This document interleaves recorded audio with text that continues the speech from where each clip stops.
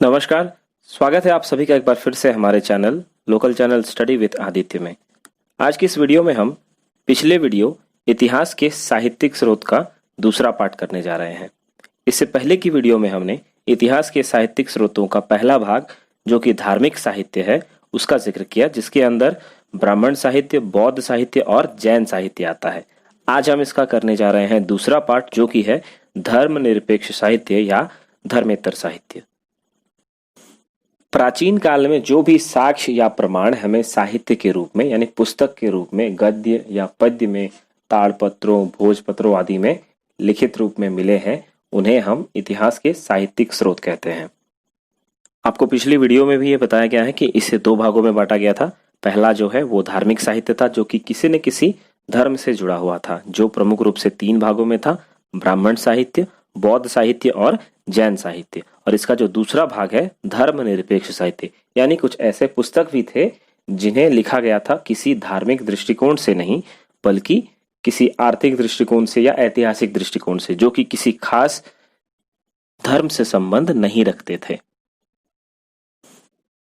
इतिहास के धर्मनिरपेक्ष साहित्य के ग्रंथों से हमें प्राचीन भारत के संबंध में बहुत ही महत्वपूर्ण जानकारियां प्राप्त होती हैं। अब चलिए हम देखते हैं कि इस क्रम में ऐसे कौन कौन से ग्रंथ हैं जिन्हें महत्वपूर्ण स्थान प्राप्त है। इसमें सबसे पहले है कौटिल्य का अर्थशास्त्र।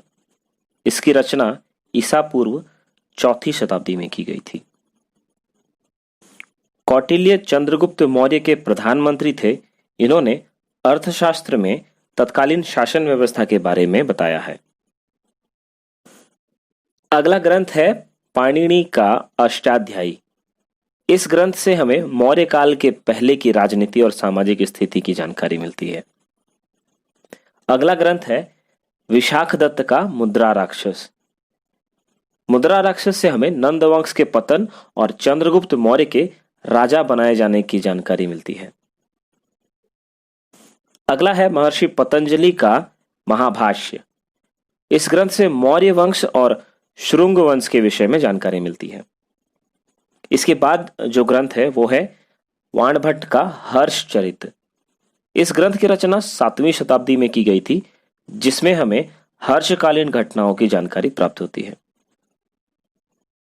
इसी तरह से और भी कई सारे महत्वपूर्ण ग्रंथ हैं, जैसे गार्गी संहिता, कल्हण की राज तरंगिणी, वाकपति राज का गौड़वाहो, चंद्रवरदाई का पृथ्वीराज रासो, कालिदास का मालविकाग्निमित्रम और अभिज्ञान शकुंतलम तथा रघुवंश। इन सभी ग्रंथों से हमें तत्कालीन आर्थिक सामाजिक स्थिति के बारे में जानकारियां प्राप्त होती हैं। आपकी सुविधा के लिए हमने आपके स्क्रीन पे ये इंपॉर्टेंट बुक्स और उनके रचनाकार कौन है और उसका संबंध किस काल से है इसको दर्शाया है।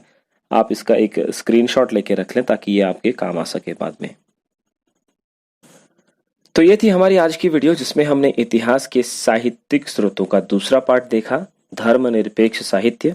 इसी के साथ ये वीडियो समाप्त होती है। हमारी अगली वीडियो में हम ऐतिहासिक स्रोतों के तीसरे भाग विदेशी विवरण को जानेंगे, जिसमें हम अलग अलग विदेशी यात्री भारत में कब आए और उन्होंने क्या क्या विवरण प्रस्तुत किया है, क्या क्या साक्ष्य उनके हैं इतिहास में, उसको हम देखेंगे। तब तक के लिए अलविदा।